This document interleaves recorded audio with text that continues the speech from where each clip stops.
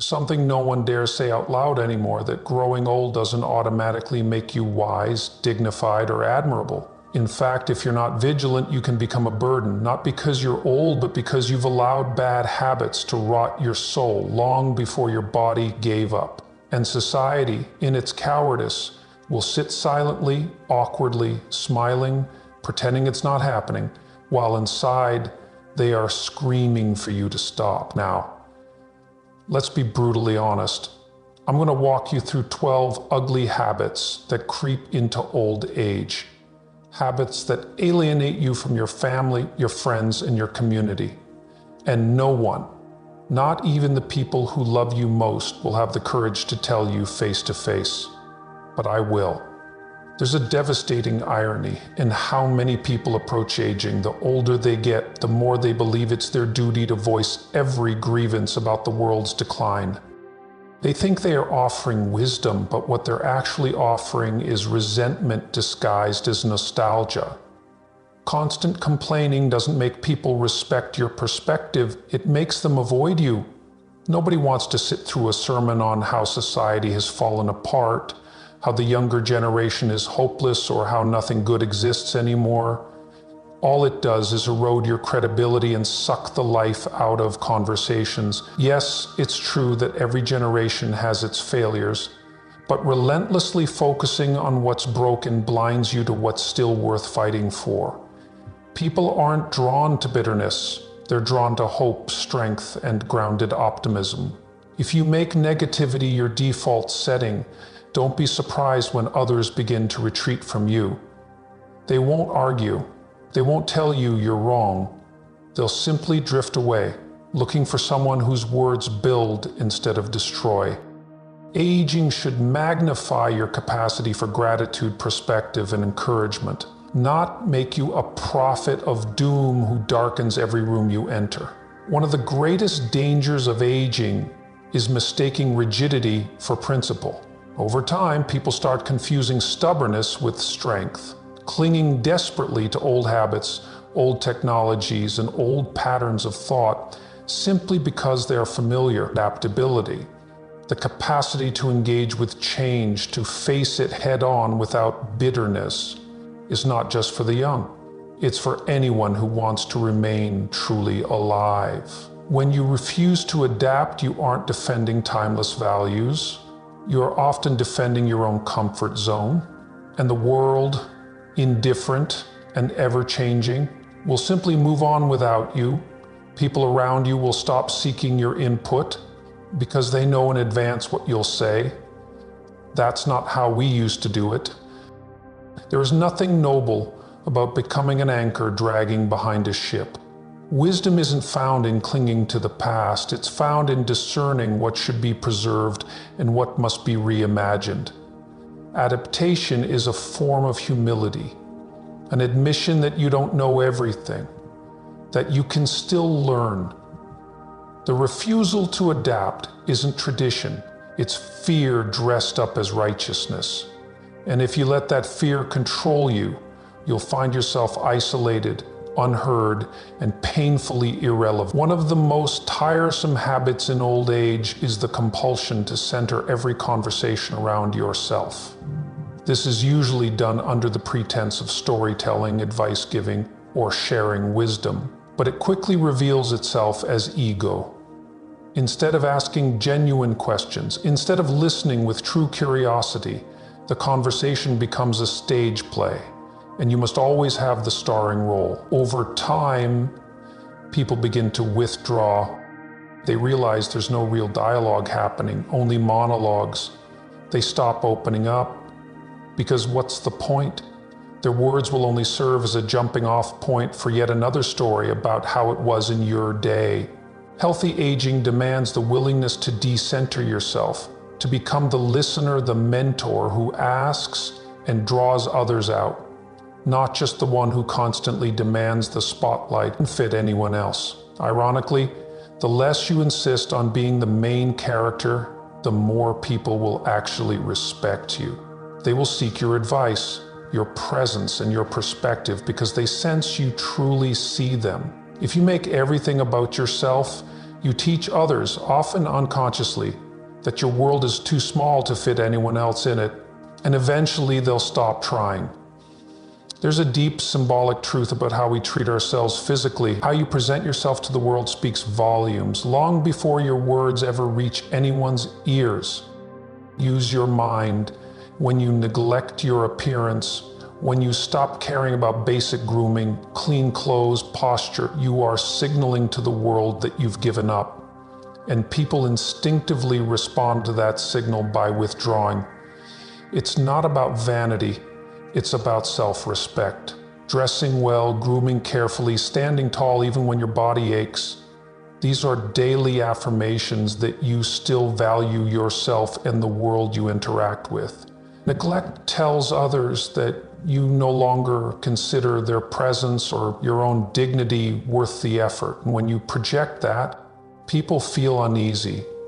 They don't know how to react to someone who has silently declared that they're no longer fully present. Maintaining your appearance doesn't mean chasing youth. That's foolish. It means cultivating a presence that honors your age and your experience. It means showing that you still have pride, that you are still engaged in the great, often brutal adventure of life. If you abandon your appearance, you teach others to treat you as someone who has already left the stage. Aging brings with it the temptation to become a prophet of fear. You've seen disasters, you know how dreams collapse. And so, without realizing it, you start offering advice that is laced only with warnings. Be careful. Don't take risks. You'll regret it. At first it sounds like wisdom, but if caution is all you ever speak, you become a voice of paralysis, not guidance. Younger people, those still building their lives, desperately need encouragement, not endless lists of reasons to be afraid. If your advice leaves them smaller, less brave, and more anxious, you are failing them. Fear is already abundant in the world. It does not need an elder choir amplifying it. True wisdom balances realism with hope. It points out dangers without extinguishing dreams. If you lose that balance, your words will start to feel suffocating rather than enlightening. And people, especially the young, will begin to avoid you, not out of disrespect, but out of a desperate instinct for survival. You must choose. Will you be the elder who fans their flames or the one who snuffs them out? Accumulation is natural. Over a lifetime, you gather objects, memories, ideas, but there is a fine line between preserving meaning and drowning in clutter. Physical hoarding, the refusal to let go of possessions you no longer need, is a visible sign of emotional hoarding. The inability to release past hurts, outdated roles, and obsolete identities. When your home becomes crowded, dusty, unwalkable, it mirrors a soul that has stopped making space for the new. It tells visitors silently but powerfully that growth has ceased. And the emotional hoarding is even worse. Nursing old grievances, recycling the same resentments, refusing to forgive, these weigh your spirit down until it is heavy and stagnant. People sense it, often unconsciously. They find your presence exhausting. They leave, feeling suffocated, though they may not know exactly why. The tragedy is that all that weight you cling to was never meant to be permanent. The human soul is designed for movement, not storage. If you want to stay vibrant into old age, you must practice release of things, of hurts, of roles you no longer serve. Otherwise, you will turn your life into a museum that no one wants to visit. Respect is not owed simply because of age. That belief that reaching a certain birthday grants you automatic deference is corrosive. Respect must be earned, even in your 80s, even in your final years. It is earned through integrity, humility, curiosity, and generosity. When you demand respect without embodying these virtues, people may show you politeness, but they will not give you their hearts. They will humor you while inwardly resenting you. They will listen to you with blank eyes and closed souls. The truth is brutal. People respect what is admirable, not merely what is old. They honor character, not chronology. If you want genuine respect, model the values you want to see reflected. Speak carefully, listen earnestly. Admit when you are wrong. Praise when it is deserved. Correct with kindness. Move through the world as a dignified example, not a bitter enforcer. The world owes you nothing, but you owe the world the best version of yourself for as long as you draw breath. And if you offer that, you will find that respect, real, heartfelt, and lasting, will flow to you without you ever needing to demand it. Suffering is inevitable. Pain, loss, betrayal, these come for us all, and perhaps more cruelly with age, but there is a toxic seduction in turning your suffering into your identity. When every interaction becomes a recitation of how life has wronged you, when you wield your misfortunes as a weapon to guilt or manipulate others, you cross a line from wounded to corrosive. Victimhood, when embraced as a permanent posture, strips you of agency and poisons your relationships. People instinctively recoil from those who perpetually demand sympathy without offering resilience. Sympathy is finite. Eventually, people look for energy that lifts them, not drags them into the pit of endless complaint. You have a right to mourn your losses. You have a right to be angry about injustices. But if you choose to remain trapped in that posture, you are sentencing yourself to a small, bitter, isolated existence.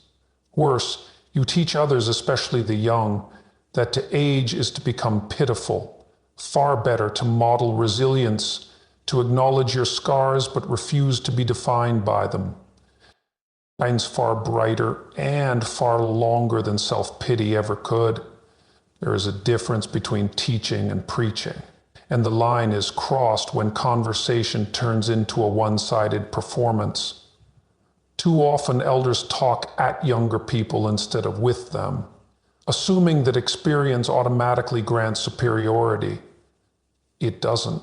It grants perspective if you are humble enough to share it without suffocating others. Younger generations are not empty vessels waiting to be filled with your monologues.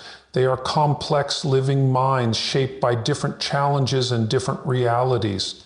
If you speak without listening, if you instruct without asking, you communicate that their world, their struggles, and their dreams are inferior or irrelevant, and they will rightly tune you out. Dialogue requires mutual respect. If you want to leave a legacy, if you want to mentor instead of alienate, you must approach younger people as fellow travelers, not as ignorant children. Ask real questions. Listen without preloading your answers. Offer your stories humbly, not as commandments, but as gifts. Real influence is built through relationship, not lectures. If you want your voice to matter, you must first be willing to hear theirs. Forgiveness is not weakness. It is the ultimate act of strength. As you age, the wounds accumulate. Betrayals by friends, mistakes by family, wrongs by society. But if you refuse to forgive, if you clutch your grievances like treasures, you rot from the inside. The people who wronged you may never apologize, they may never change. But your refusal to forgive does not punish them. It punishes you. It keeps you chained to moments of pain, reliving them endlessly, poisoning your present with the bile of the past. Worse, it drives people away. No one wants to spend their time with someone who marinates in bitterness, who turns every conversation into a courtroom trial against old enemies. Forgiveness is not pretending that nothing happened. It's choosing not to let those events define you any longer. It's freeing yourself from the endless cycle of anger, blame, and resentment. Without forgiveness, your spirit shrivels. With it, you stay open, connected, capable of love, even in the face of disappointment. And love, not rage, is what makes old age truly radiant. Memory is a liar. It smooths over the rough edges, romanticizes the hardships, and paints the past in golden hues. It's easy to believe that the good old days were perfect and that the present is hopeless. But this is a distortion. Every era has its glories and its horrors. When you constantly compare today to a fantasy version of yesterday, you communicate despair to those around you. You tell them, often without words, that their lives are meaningless because they are happening now instead of then, that their struggles, their innovations, their culture are lesser, broken, and beyond saving. This is not wisdom, it's abandonment. It's a refusal to engage with the world as it is, to work with what we have rather than retreat into nostalgia. Younger people don't need more critics telling them how badly they are failing compared to an imaginary past. They need elders who will walk with them, who will help them build something better without contempt. A true elder sees clearly, honoring the past, living in the present, and investing in the future. If you mythologize the past too much, you become a ghost in your own time. Perhaps the deadliest lie of old age is the belief that you are finished, that your best days are gone, that you have nothing more to offer. It is a betrayal of everything you have survived to think this way. Yes, your body may falter. Yes, certain dreams may have died, but you are not a relic unless you choose to be. The wisdom you have fought for, the humor, the patience, the endurance, are desperately needed in a world drowning in chaos. If you withdraw into irrelevance, if you sit in silence waiting for death, you rob the world of your final, most refined gifts. Your contribution may not look like it once did. It may not be loud or glorious. It may be a kind word, a steady presence, a small act of generosity that ripples outward far beyond what you can see. But it matters. And if you embrace that, if you refuse to believe the lie of uselessness, you will burn with a light that even the darkness of time cannot extinguish. Life does not end when your youth ends. It ends when your hope does. Hold on to hope. It's your final, greatest rebellion.